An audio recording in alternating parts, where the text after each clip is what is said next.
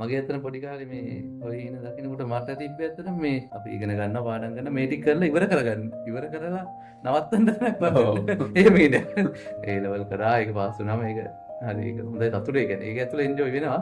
දැන් ඉවරුනාට පස්සේ ආයෙ දැන් ඒකත් හොඳට කරාම තව ජොබ් එකක් කරන්න ඕන. ඊට පස්සේ ජොබ් එක කරාම අනිත් අය බලාපොරොත්තු තව හොඳ වාහනයක් ගන්න ඕනේ. මේක ඉවර කරන්න පුළුවන් දෙයක් නැහැ නේද?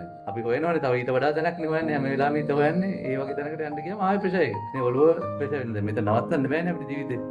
මේ තව යන්න ඕනේ. ඒතර පීඩාව ගෙනත් දෙන්නේ යාගේ අර දැඩි බලාපොරොත්තු අර ලෝකෙට හැදිච්ච. දැන් අපි කොයි වෙලාවක බලන්නේ අපිට මේ ඉන්න තැන සතුට වෙන මට්ටමක් හිතන්නේ නැහැ. එළිය වට පිටාව බලාපොරොත්තු වෙන්නේ දැන් කවුරු හරි ඇහුවත් අහන්නේ එහෙමනේ.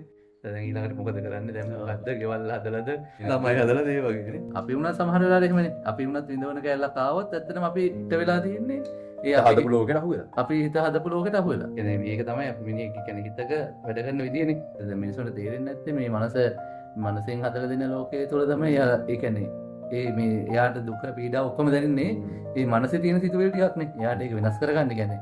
එයාට ඒක තේරුම් ගන්න පුළුවන් නම් මේ මගේ හිතේ තමයි මේ මට බලාපොරොත්තු ටික හදලා දෙන්නේ. ඒ සිතගෙන දැනගත්ත කෙනා තමයි සතුටින් වාසය කරන්නේ. ඒ හිත අවබෝධ කරගන්න.